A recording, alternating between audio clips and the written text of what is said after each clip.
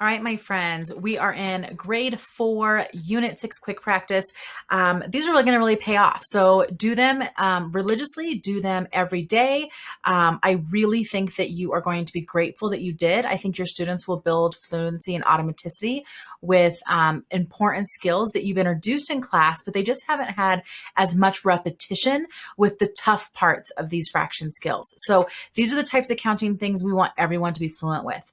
Reminder that it's going to start in lesson 3 here, and that each day is a different color slide. So you can see that we have these blue slides that are not hidden. And so everything that is blue is now one day, right? So that's lesson 3. Then you get to lesson 4, and now you're going to do all the lavender slides. So every day is a different color slides, which means we're going to do all of these blue in just one day.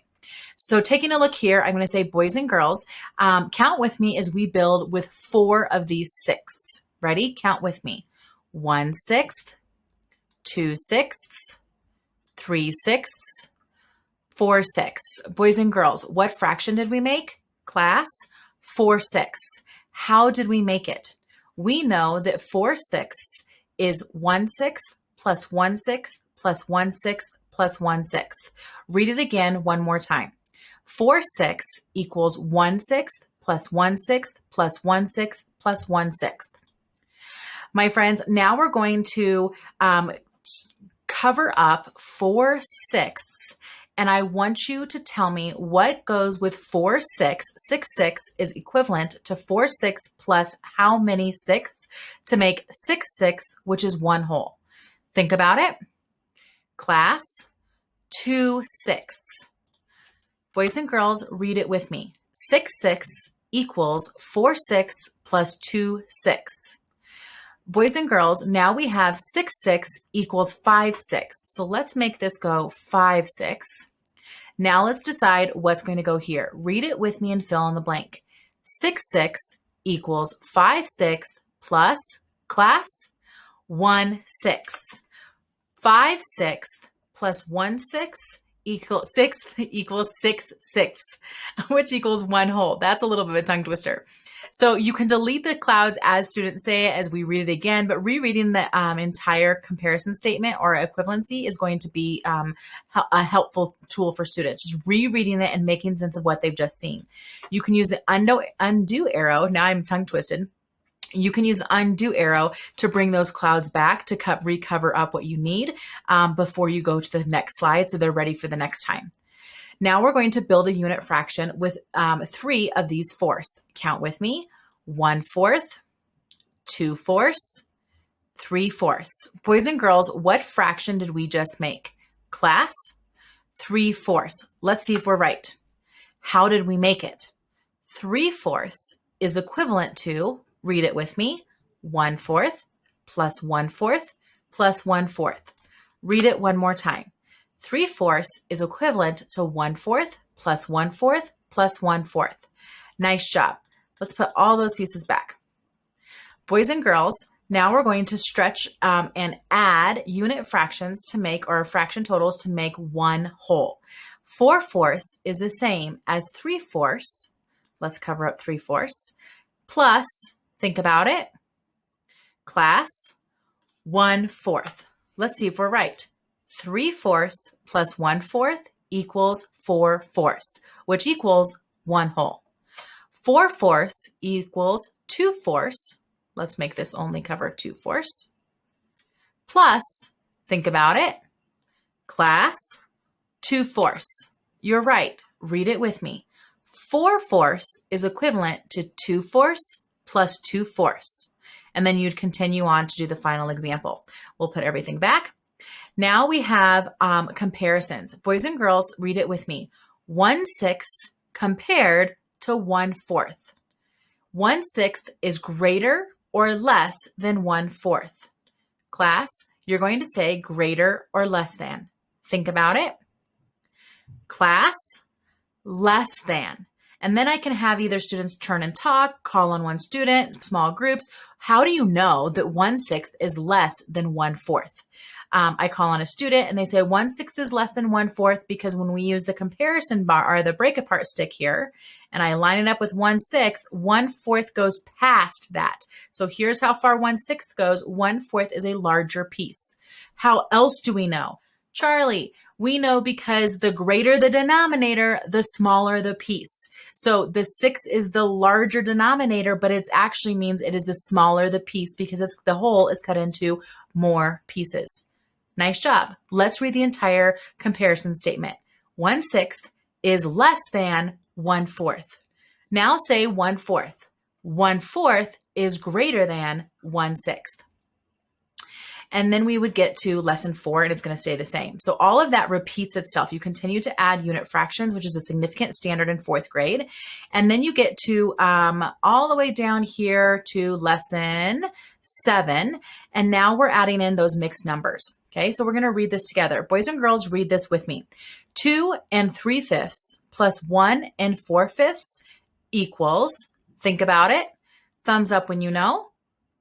Class, 3 7/5. Let's see if we're right. Boys and girls, you're right. If I want to regroup to make more whole numbers, what would I add to 3? I already have 3, but how can I break down 7/5? Think about what fraction goes here and what fraction goes here. Think about it. Class, 5/5 and 2/5. 5/5 plus 2/5 equals 7/5. Let's read it together. 3 plus 5/5 plus 2/5 equals, think about our new mixed number. Class, 4 2/5. Our answer is 4, and we're going to type this one in there now, and 2/5. Because 5/5 plus 2/5, or 5/5 is 1 whole, and then we have 2/5 left over. 3 plus 1 equals 4, and then I have 2/5. Let's try it again. Read it with me. 2 3/4 plus 1 3/4 equals, think about it. Class, 3 6/4. Can we group unit fractions to make more whole numbers? I already have 3. Think about what fraction goes here and what fraction goes here. Think about it. Class, what goes here? 4/4. Class, how many would be left over? Class, 2/4. Class, 3 plus 4/4 plus 2/4. Think about my new mixed number.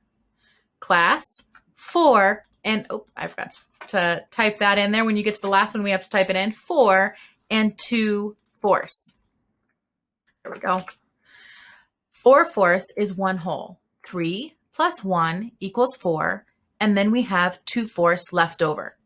Let's try another one. And then we'd go to the next example. So now that's going to repeat itself. So you're going to do several of those examples. And no, we just keep saying it. We just keep saying it. We're not really stopping to talk about how do you know, why not. We just continue to rephrase it and to build automaticity with the language and the skill. If they didn't do great on the first slide, you have like 3 more slides. They will start to pick it up. And then this repeats every day. So they're going to get better at it. And that's the goal as we build more procedural fluency. So do we need to ungroup? Think about it. Class, yes. Boys and girls, let's model the ungrouping. 3, if I turn 4 into a 3, what would these 2 fractions be? Class, 5/5. You're right. Class, 2/5. Class, let's subtract now. 3 7/5 minus 1 3/5. Thumbs up when you know. Class, 2 4/5. 3 7/5 minus 1 3/5 equals 4/5. Now you can break that down more. You can say, read it with me. 7/5 minus 3/5 equals, class, 4/5.